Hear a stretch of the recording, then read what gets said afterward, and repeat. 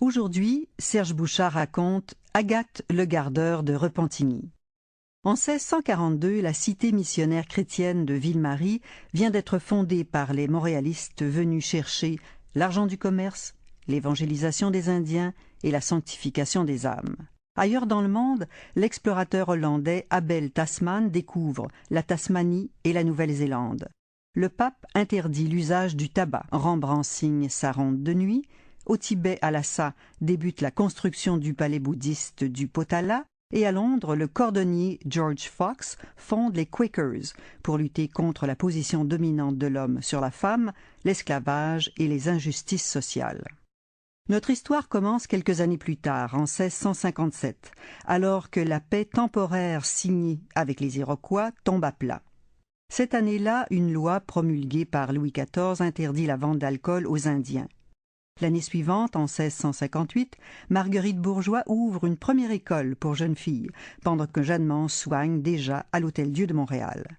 La vie de cette petite communauté de France en Amérique s'organise et c'est dans cet univers qu'Agathe, future femme d'affaires, grandit. Agathe est née en 1657 à Montréal. 3 ans après la mort de Tessouat. Elle a vécu une longue vie, pratiquement tout le temps vif de la Nouvelle-France. Venir au monde en ces temps-là à Montréal, c'est faire partie de la première génération des gens venus au monde au Canada. C'est la fille de Mathurine Godet et Jean de Saint-Père. Ce sont des Français qui sont venus avec la première vague des Montréalistes. Ils sont venus à Québec en 1641 par bateau, dans le projet fou de s'installer sur l'île de Montréal. Ils vont arriver à l'île de Montréal en 1642 à la Fondation. Ils sont arrivés aussi avec les grands-parents de Mathurine, Nicolas Godet et Françoise Gadois. Jean de Saint-Père est notaire. C'est donc des gens de la petite noblesse de France, très précisément de la région du Perche, qui débarquent en famille en Nouvelle-France. Le nom de Mathurine Godet apparaît d'ailleurs dans la liste des premiers habitants de Ville-Marie, sur le monument érigé tout juste à côté du musée de la Pointe-à-Calière dans le Vieux-Montréal. Avec Jean, son mari, elle n'aura que 2 enfants, Claude et Agathe. Claude meurt très jeune, à l'âge de 7 ans. La seconde, Agathe, bien sûr, est notre personnage aujourd'hui.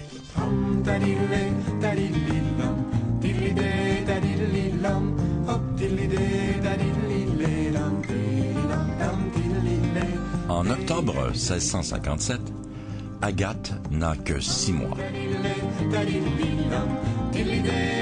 Son père et son grand-père sont à la construction d'une grange à la Pointe-Saint-Charles, aidés d'un dénommé Jacques Noël, terre qu'ils viennent de défricher et qui leur appartiennent.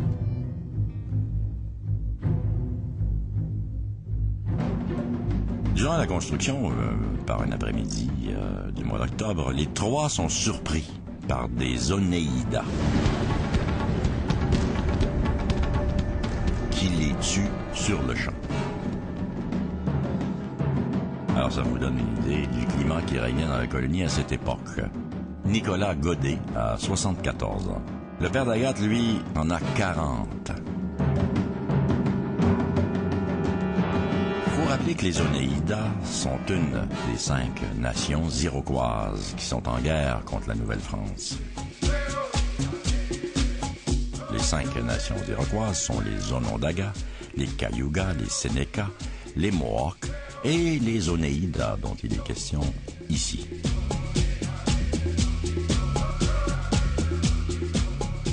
Ils sont alliés, les Iroquois, aux Hollandais et aux Anglais, contre les Français et les Algonquins, et ainsi que tous les alliés des Français dans cette guerre des fourrures, finalement, et dans cette guerre du commerce. Jean de Saint-Père, le père d'Agathe, est retrouvé décapité. Les Onéidas l'ont décapité et ont ramené la tête. Ils n'ont pas touché aux deux autres. Et la légende veut que les Onéidas se soient ultérieurement débarrassés de sa tête. Parce que cette tête parlait pendant la nuit. Puis elle souriait et elle narguait les Iroquois. Alors cette tête n'arrêtait pas de dire aux Iroquois, aux Onéidas, nous allons gagner, nous les Français. Nous allons finir par avoir votre peau à tous, vous les Iroquois.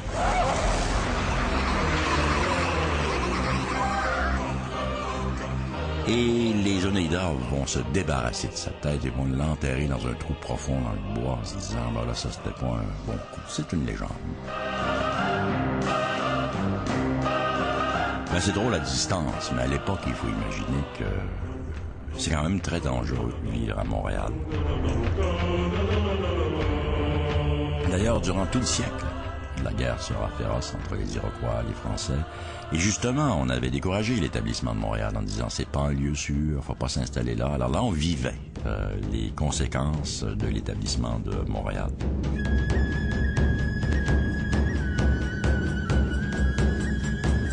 Et il y aura un très grand nombre de victimes, on l'oublie souvent.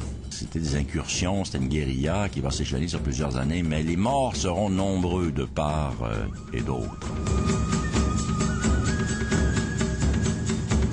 Retenons que Montréal, dans la jeunesse d'Agathe, d'ailleurs durant une bonne partie de sa vie, n'est pas un endroit sûr. On vit sur ses gardes.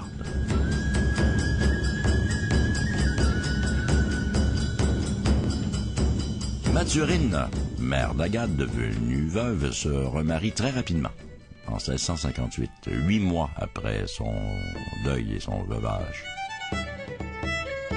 Elle se remarie avec Jacques Lemoine, donc une autre famille de la petite noblesse. Elle aura avec lui 10 enfants, qui seront bien sûr tous les demi-frères et demi-sœurs d'Agathe, qui est la seule survivante du premier lit, comme on dit.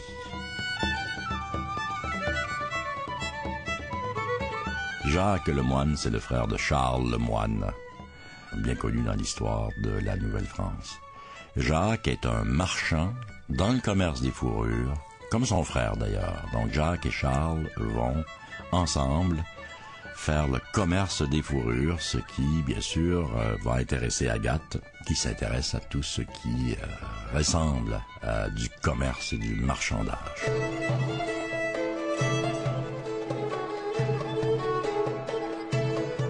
Un mot sur cette petite noblesse qui, à cette époque, débarque au tout début de la colonie, mais au tout début aussi de la fondation de Montréal.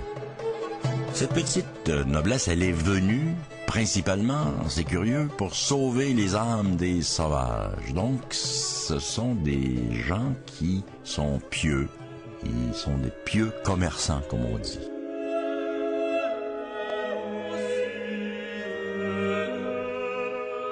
Ils vont faire beaucoup le commerce des fourrures, qui, comme on le sait, est la grande activité en Amérique et en Amérique française. Mais la question religieuse est très très importante.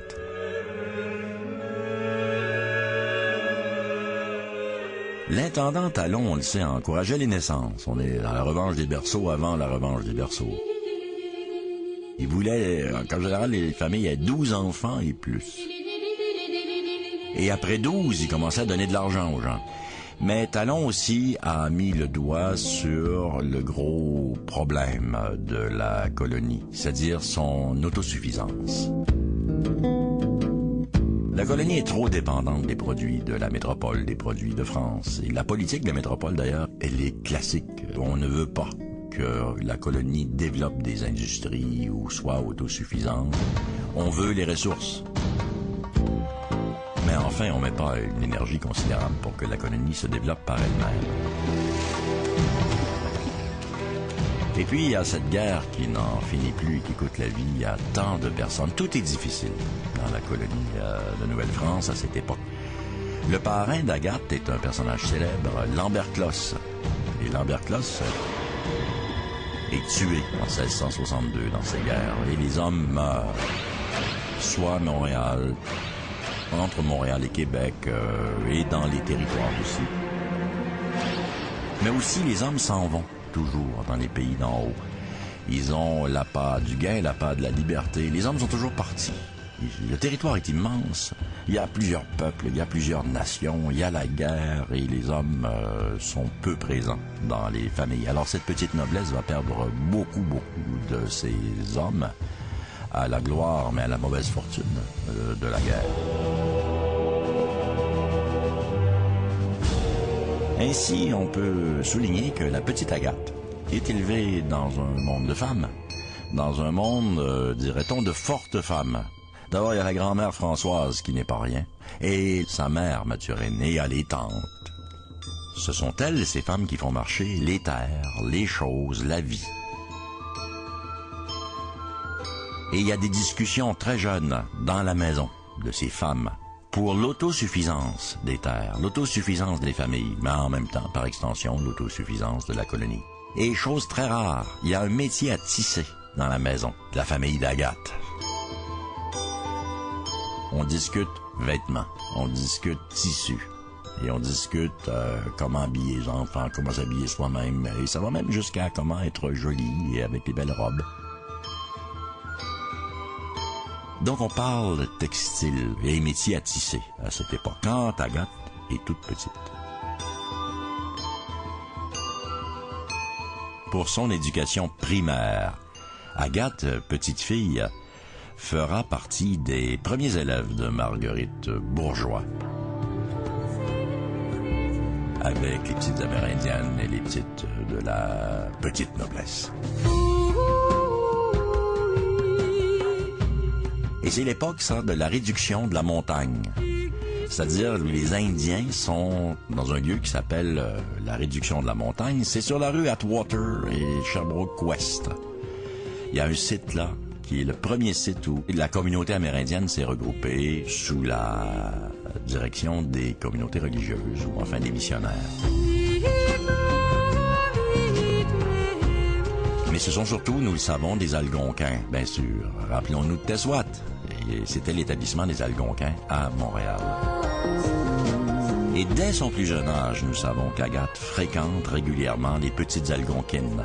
Et elle va se lier d'amitié avec des enfants qui vont devenir des jeunes filles, qui vont devenir des femmes. Et elle va entretenir toujours des relations avec les Algonquines, notamment autour de la question de la vannerie et du tissage. Agathe, d'ailleurs, jeune, parlait couramment l'algonquin.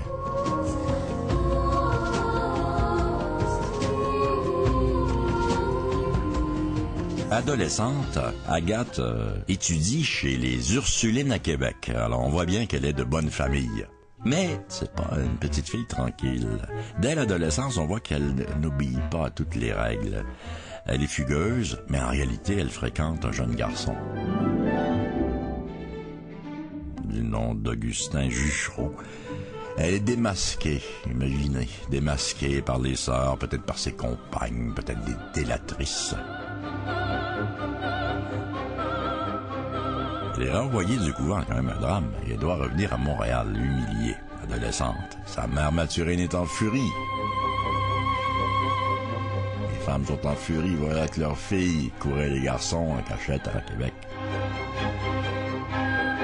Mathurine, à cette époque, a 35 ans. Nous sommes en 1672. Elle attend son 12e enfant. Mais l'accouchement tourne mal. Et Mathurine meurt. Mais avant de mourir, elle fait venir Agathe et elle lui fait promettre la chose la plus terrible. Tu vas prendre soin de la famille, tu vas prendre soin des enfants. Maintenant, il n'y a plus de maman, puis c'est toi qui es la maman. Mais Agathe a 15 ans, elle est toute jeune. Mais conformément aux dernières volontés de sa mère, elle va prendre charge de la famille. Il y a 9 enfants vivants. Et on voit Agathe se révéler à 15 ans. Prend charge de la famille. Jeune femme de tête. Elle aime diriger. Elle est intéressée par des choses très pratiques, très concrètes.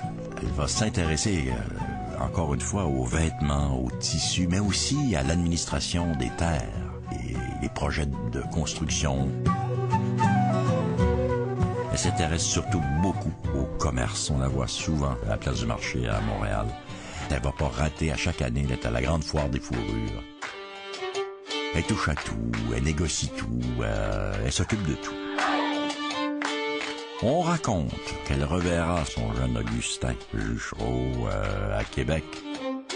Ils vont tenter de peut-être faire des plans ensemble, mais ça va pas marcher. Vieux problème. Juchereau est à Québec, il veut pas venir à Montréal. Il dit que c'est une ville qui est pas sûre, sans intérêt. Et Agathe, elle est montréalaise dans l'âme et elle ne veut pas aller à Québec. Donc, voilà, l'avortement, une belle histoire d'amour. Et elle prétexte qu'elle est chef de famille déjà, puis qu'elle peut pas déménager et qu'elle doit s'occuper de ses affaires. Faut dire que Montréal compte moins de 1000 habitants à cette époque.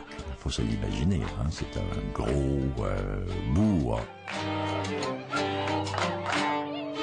Deux sœurs d'Agathe, demi-sœurs en fait, entrent en religion. Et là, on voit un aspect d'Agathe de Repentigny qui va poursuivre toute sa vie. Elle est ambiguë face à la religion et aux congrégations, parce qu'elle est un peu en furie, parce qu'elle pense que ses sœurs auraient pu aider la famille.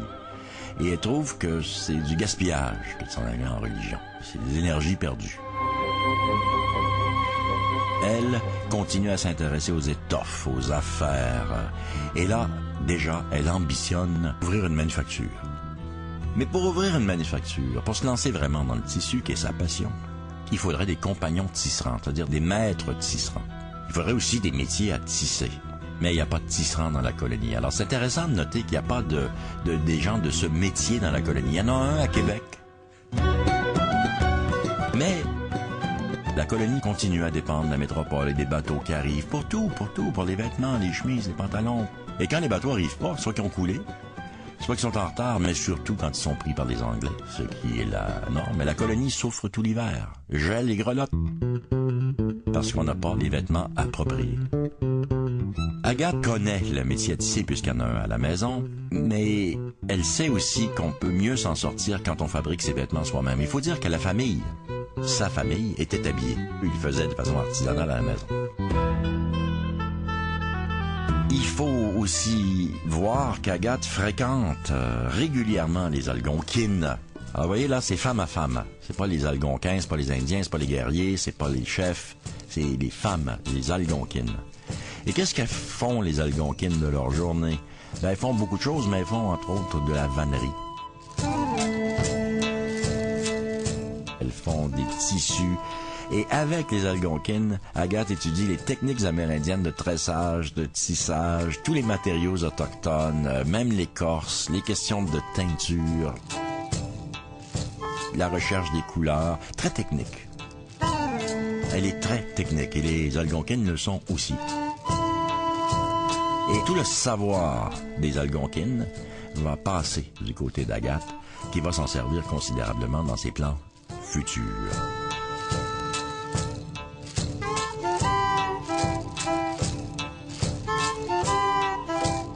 Nous sommes en 1686.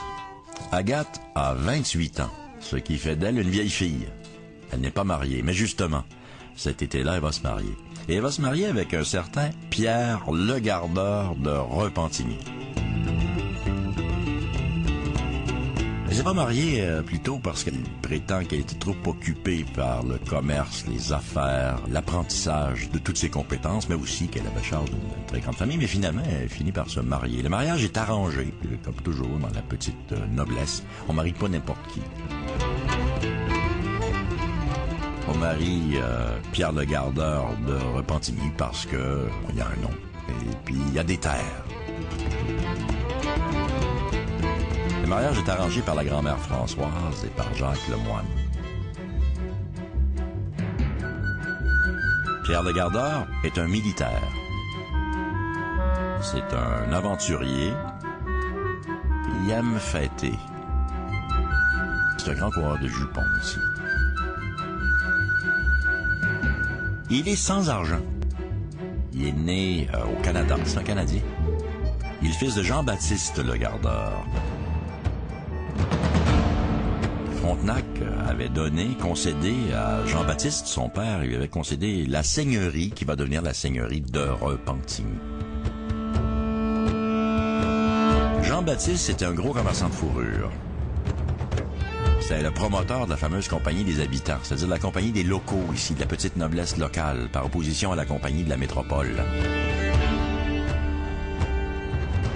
Il n'a pas vécu longtemps parce qu'il est mort sur le bateau qui le ramenait en Nouvelle-France. Il faisait comme Champlain de voyage aller-retour toujours. Mais il est mort sur le bateau d'une épée qui s'était déclarée à bord. Alors drame, il meurt. Pierre, son fils, va hériter des terres dans la seigneurie. Et ce qui justifie bien sûr largement les intérêts du mariage de Agathe. Et c'est là qu'Agathe devient Agathe de Repentigny. Le mariage commence sur une bien mauvaise note. Pierre engrosse la servante de la maison. S'occupe de tout, elle place la servante et l'enfant dans une institution et s'assure de leur avenir et de leur sécurité. Va même trouver un mari. Pierre sera pour toute la vie un mari absent, un militaire qui ne s'occupera aucunement des affaires domestiques et familiales. D'ailleurs, ces frasques sont connues dans l'histoire. Il buvait, il avait ses copains, et puis il a sa carrière militaire. Donc, il ne faut pas voir un mari présent. C'est un mari totalement absent. Donc, Agathe continue à vivre, comme dans sa jeunesse, dans un monde de femmes. À l'origine, la seigneurie de Repentigny allait de Saint-Sulpice à Terrebonne. Tout cet immense territoire, c'était la seigneurie originale de Repentigny. Mais le père, Jean-Baptiste, qui est mort sur le bateau, ne l'a pas développé selon les règles seigneuriales. Vous savez qu'à l'époque, quand on concédait une seigneurie, il y avait des obligations. On devait recruter des censitaires, on devait défricher tant d'acres ou d'arpents par année. On devait la développer. Et si on la développait pas, le gouverneur pouvait révoquer. Jean-Baptiste s'occupait trop du commerce des fourrures, ne s'occupait pas assez du développement de la seigneurie. D'ailleurs, Jean-Baptiste, le père de Pierre Repentigny, n'a pas une bonne réputation dans l'histoire. On le considérait un peu, dans la compagnie des habitants, un peu comme étant trop mafieux. En fait, il avait une clique. Il aimait détruire les autres et faire réussir ses amis. C'est le principe mafieux. Mais parce qu'il ne développait pas suffisamment sa seigneurie, elle sera scindée en deux. C'est-à-dire que le gouverneur va concéder la moitié de la seigneurie à un riche marchand de Québec, Charles Aubert de Lachenay. À l'époque où Agathe entre en scène à Repentigny, il y a dans la seigneurie une centaine d'habitants, dont la moitié sont des enfants, donc une cinquantaine de censitaires. C'est un très bel endroit, et on va le souligner à plusieurs reprises. Cette partie de Lachenay, Repentigny, Pointe-aux-Trembles, Rivière-des-Prairies, Fleuve-Saint-Laurent, Rivière-d'Assomption, dès le début des explorations, les premiers missionnaires qui vont passer, on parle des jésuites qui remontent en Huronie, vont écrire « C'est la plus belle partie du voyage. C'est un paysage magnifique qui nous rappelle l'Europe. » Alors, il y a beaucoup d'eau, il y a beaucoup de prairies naturelles, il y a des arbres majestueux, beaucoup de chênes, de pins, d'érables. Ce sont des forêts magnifiques. Cependant, le couple, Pierre et Agathe, ils vivent à Montréal, ils vivent dans le Vieux-Montréal. Mais ils résident sur la seigneurie en été. Et Agathe va prendre cette habitude qui va durer longtemps. Elle va passer l'hiver à Montréal et l'été à de Repentigny.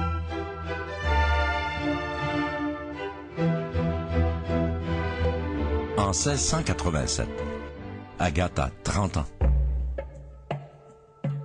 Son mari, Pierre le Gardeur, participe en tant que militaire aux expéditions contre les Iroquois Sénéca.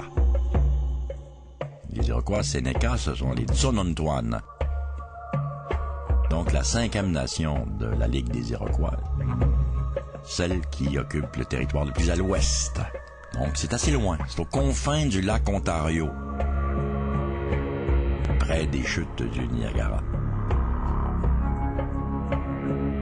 Plusieurs Plusieurs villages iroquois seront incendiés, les victimes iroquoises seront nombreuses. C'est-à-dire que cette expédition est très efficace. On tue beaucoup de gens, on intimide et on détruit les Iroquois Sénéca. Pendant tout ce temps-là, comme d'habitude, Agathe, elle est à la maison, s'occupe de la seigneurie, s'occupe de la famille. Mais 2 ans plus tard, en 1689, ce sont les représailles iroquois, c'est-à-dire les Iroquois se vengent.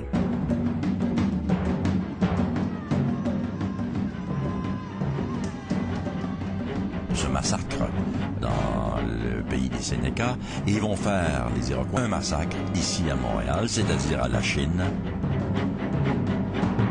Ils font à la Chine 24 victimes et prennent 80 prisonniers. Vous voyez que ça n'est pas rien. Autrement dit, la guerre continue. Mais vous aurez noté qu'Agathe n'a connu que la guerre depuis sa naissance. Elle est née en 1657, on est rendu en 1687, et tout n'est que guerre autour d'elle et autour des gens de Montréal et de la Nouvelle-France.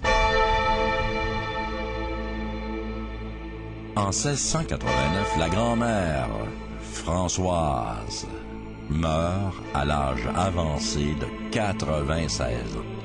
Agathe se retrouve seule.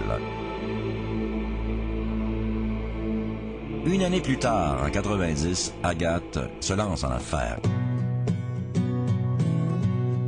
Elle fait des emprunts d'argent parce qu'elle veut consolider, dirait-on, les dettes de la famille. Elle vend des terres. Elle va vendre une partie de Dorval, qui s'appelle Dorval d'ailleurs à cause de ça, à Jean-Baptiste Bouchard, dit Dorval. Ces terres de Dorval, la famille d'Agathe les avait obtenues des Sulpiciens en 1685.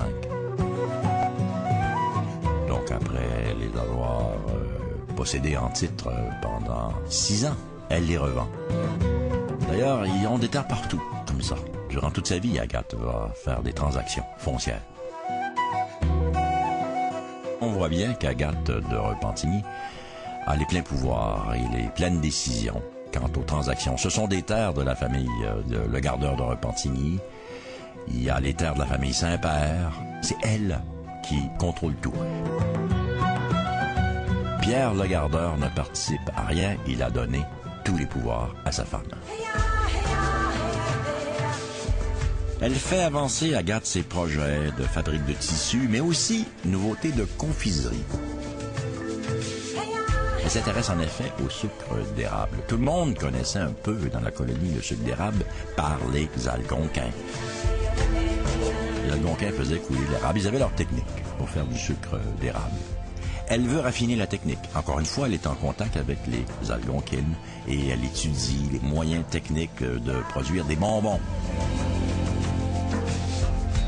et du sucre. Parce que, encore une fois, la colonie manque de sucre.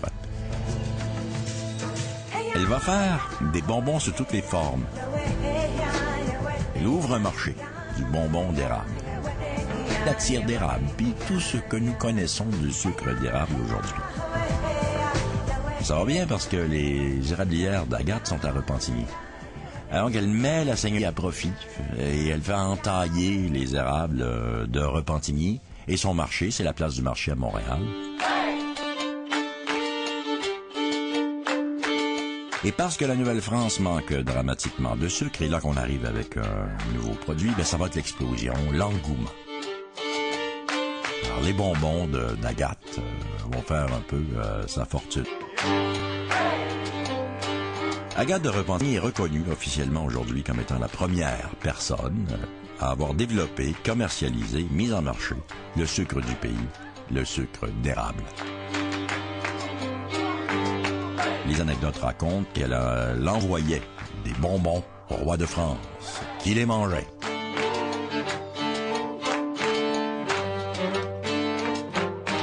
Mais la guerre continue.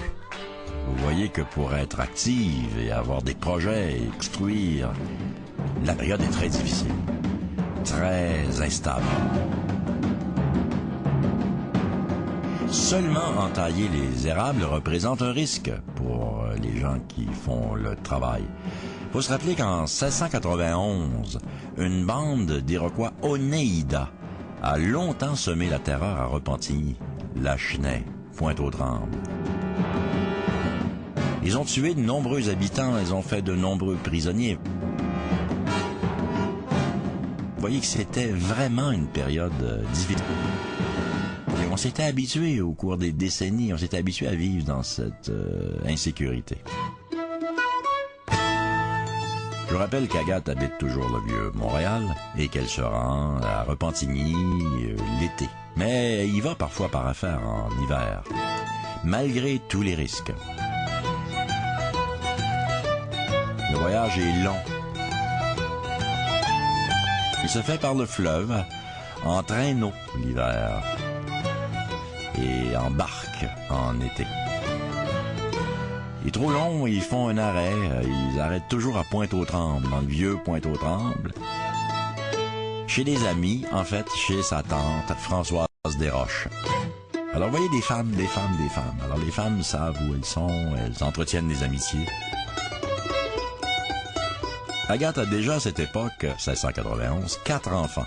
Et elle est enceinte d'un 5e.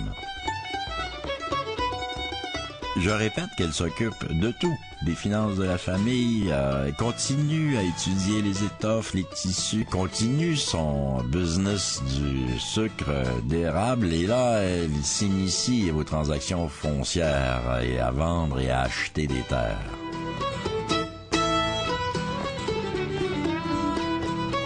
En 1701, c'est un grand moment de l'histoire de la Nouvelle-France. Finalement, la Grande Paix est signée avec les Iroquois.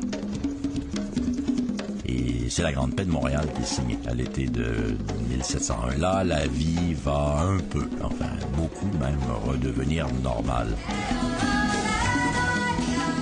Grande cérémonie. Et Agathe va voir tout ça. C'est la grande époque où il y a 35 et plus nations qui se réunissent à Montréal pour signer la paix.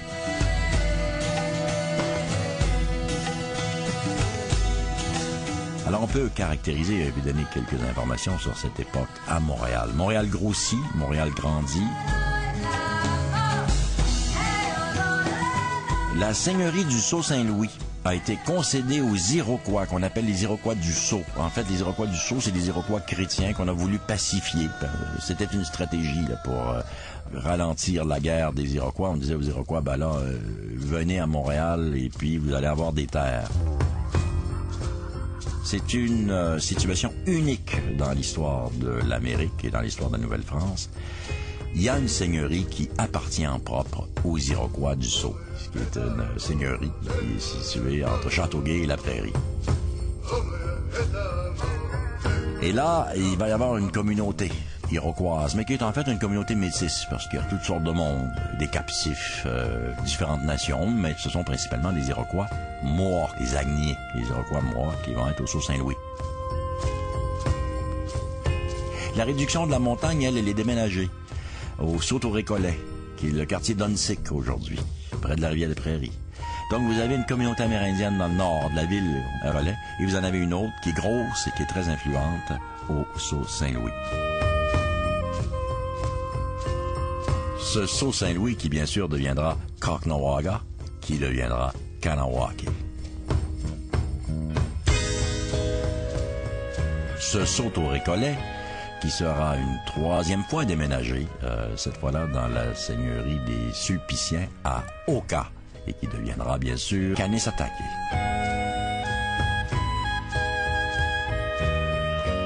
La guerre est terminée, mais la vendetta va se poursuivre, cette fois-là contre les Anglais. Alors les Anglais continuent à attaquer les Français, et les Français continuent à attaquer les Anglais, et les alliances amérindiennes vont demeurer. Vont se consolider. Ce n'est plus la guerre, mais il va y avoir des vendettas d'un côté comme de l'autre. On fait des expéditions punitives du côté de la Nouvelle-Angleterre après 1701. Et on vise l'enlèvement. On tue et on enlève. Et les Français sont impliqués dans ce genre de vendetta. Et leurs alliés les plus efficaces à cette époque sont les Abénakis. Et les Iroquois du Sault aussi vont participer à ce genre d'exercice. Ça donne un contexte politique qui est très, très particulier, qui est très, très intense au début du 18e siècle à Montréal.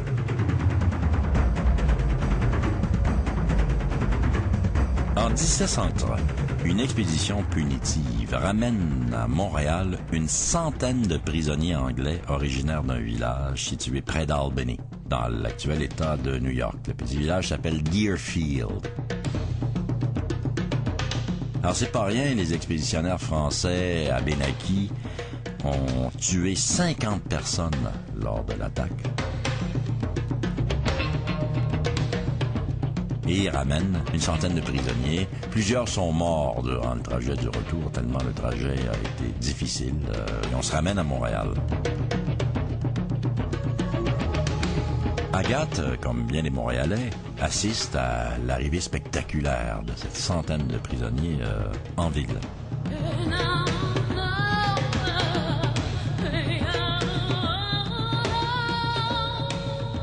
La plupart des prisonniers, sinon tous, seront retenus en otage et seront captifs. Et ils seront captifs au Sault-Saint-Louis, donc à Kanawake.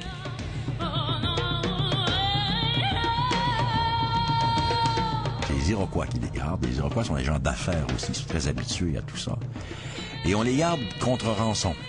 Alors, les Anglais devront racheter, ou en tout cas négocier un rachat des prisonniers qui sont détenus à Kanawake. Dès leur arrivée, Agathe va racheter et adopter un petit garçon. Malgré sa grosse famille, elle va adopter un petit Anglais. Il s'appelle Warren Williams.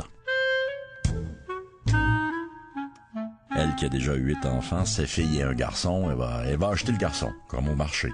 Elle va le ramener chez elle. Compagnon de son fils, Jean-René.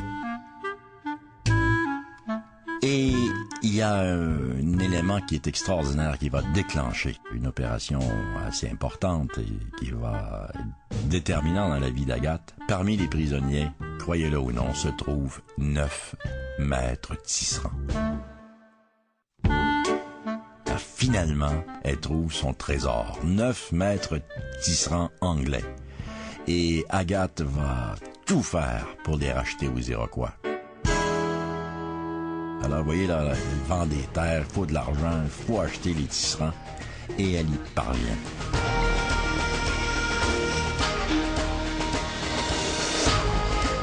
Elle va utiliser l'influence et le poids du beau-frère de sa mère, Charles Le Moyne,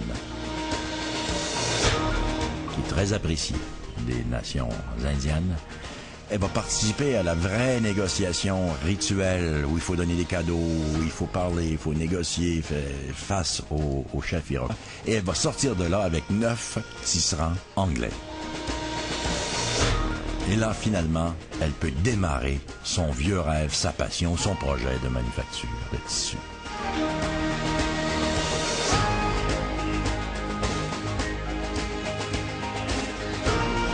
Donc, 1704, ça va être le début de la manufacture. Rue Saint-Joseph, dans le vieux Montréal. Agathe a 47 ans. Ce sont des tisserands du Massachusetts qui vont fournir leurs connaissances, leurs bras aussi. À partir du métier à tisser artisanal et historique de la famille d'Agathe de Repentigny, on va construire des vrais métiers à tisser. Toute l'affaire prend forme, il va y avoir un atelier, il va y avoir des employés, il va y avoir des apprentis, des compagnons et tout ça. Le grand patron, le maître compagnon, est un dénommé Thomas, qui est un Bostonnais et qui va devenir un très grand ami d'Agathe, un des hommes de sa vie. L'atelier produit des étoffes, on dit des étoffes chaudes, des étoffes lourdes. Il fait froid au Canada. Mais aussi dans les toiles pour l'emballage. Il fallait emballer pour la traite des fourrures Alors de la toile industrielle, on tisse la laine des moutons. Et on va prendre les moutons du fameux Jacques Lebert, qui est riche. Lui, il a un gros troupeau de moutons sur l'île qui s'appelle aujourd'hui l'île des Sœurs. Et ça va produire la laine pour la manufacture d'Agathe de Repentigny. On traite même le cuir à partir des peaux, des orignaux. On expérimente sur la laine du bison. En fait, c'est un centre de développement et de recherche sur tous les domaines. On fait dans la teinture, on fait dans les couleurs. En fait, la manufacture d'Agathe de Repentigny va être prospère, va produire, va être active pendant 9 ans. En 1705,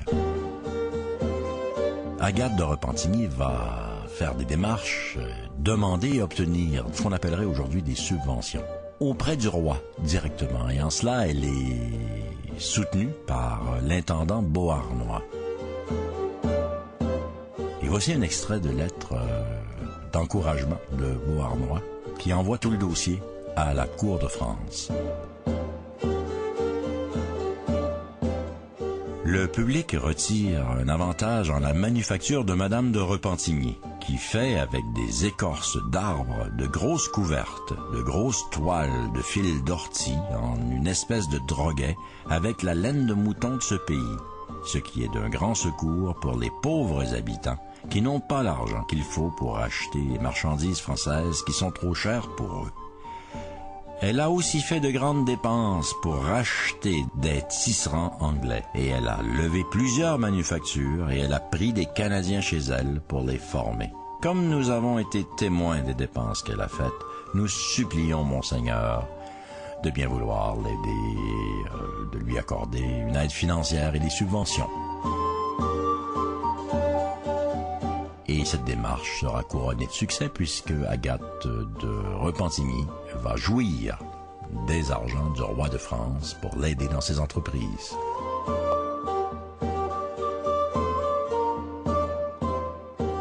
Elle met fin à ses opérations en 1713.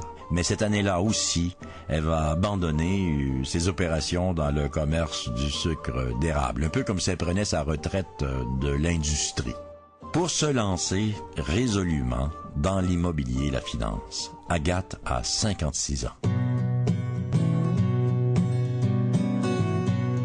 Donc Agathe approche la soie. Elle diversifie ses activités, liquide ses avoirs dans les manufactures et les activités commerciales plus prenantes, et là, elle va se concentrer sur d'autres activités. En 1715, l'occasion se présente. Elle décide de racheter la seigneurie de Lachenay, qui est en vente à Lancan. Elle va payer très cher, mais elle réunit la seigneurie originale du père de son mari, Pierre le Gardeur, ce faisant.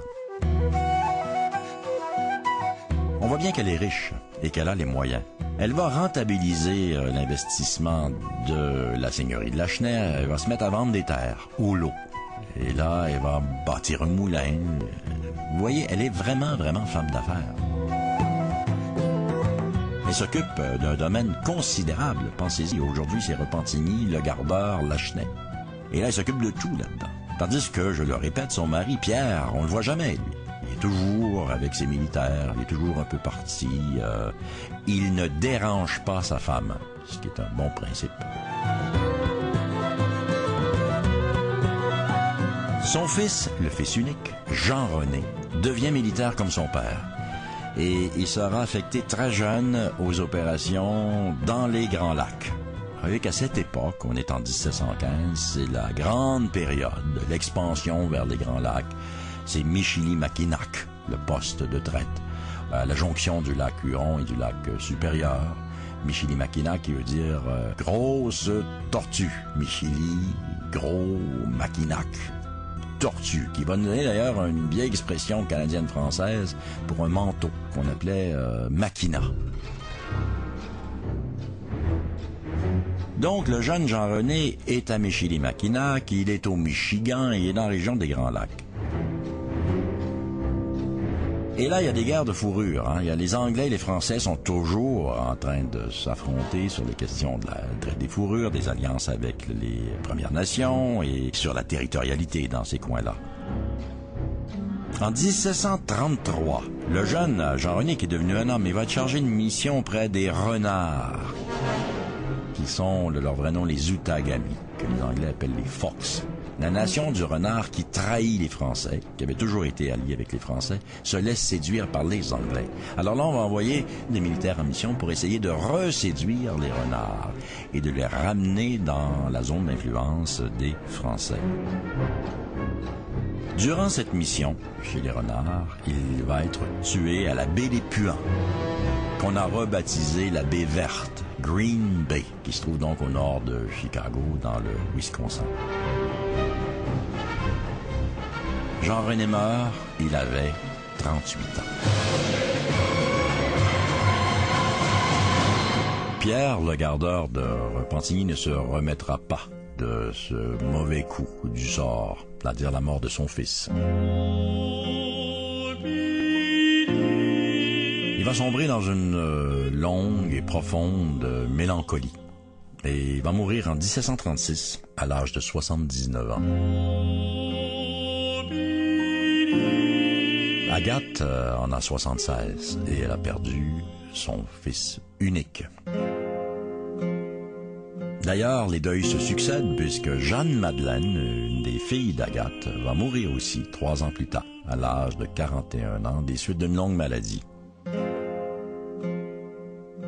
On voit bien qu'Agathe, là, entreprend le grand âge, elle vieillit et sa vie est parsemée de pertes. Elle vit toujours sur la rue Saint-Paul, dans le Vieux-Montréal, et elle se rend encore à Repentigny le plus souvent possible.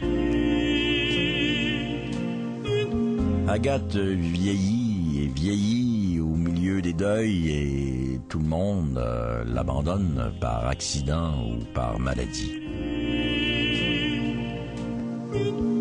Elle vieillira d'ailleurs très longtemps. Et à la fin de sa vie, elle sera durement touchée par la mort de sa compagnonne depuis toujours, sa fidèle servante Angélique, qui avait élevé ses enfants, qui l'a accompagnée durant toute sa vie. Et ça va beaucoup la faire réfléchir. Elle va dire, voilà, vraiment, je suis tout seul, il ne reste plus personne. Elle aurait voulu rester jusqu'à la fin dans sa maison de Montréal, mais elle va devoir quitter. Elle est trop vieille et elle va aller résider à Québec.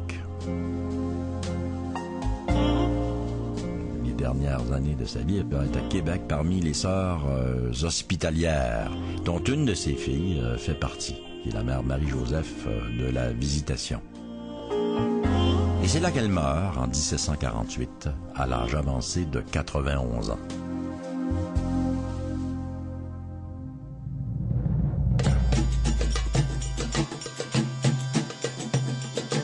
Agathe de Saint-Père, le gardeur de Repentigny.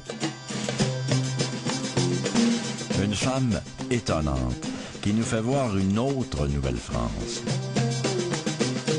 Elle est venue au monde en 1657, soit 15 ans après la fondation de Ville-Marie. Et elle est morte en 1748, soit 11 ans avant la conquête. Un regard sur sa vie nous introduit dans des univers tout à fait nouveaux, eu égard à la colonie.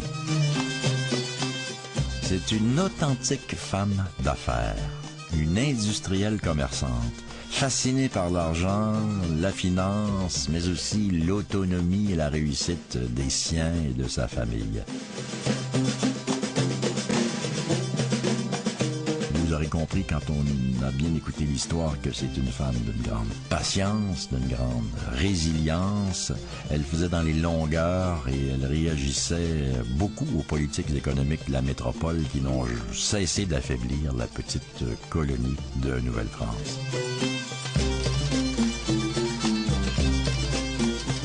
Agathe de Repentigny n'est pas une femme du peuple, mais elle a passé sa vie dans le monde affairé des besoins les plus normaux.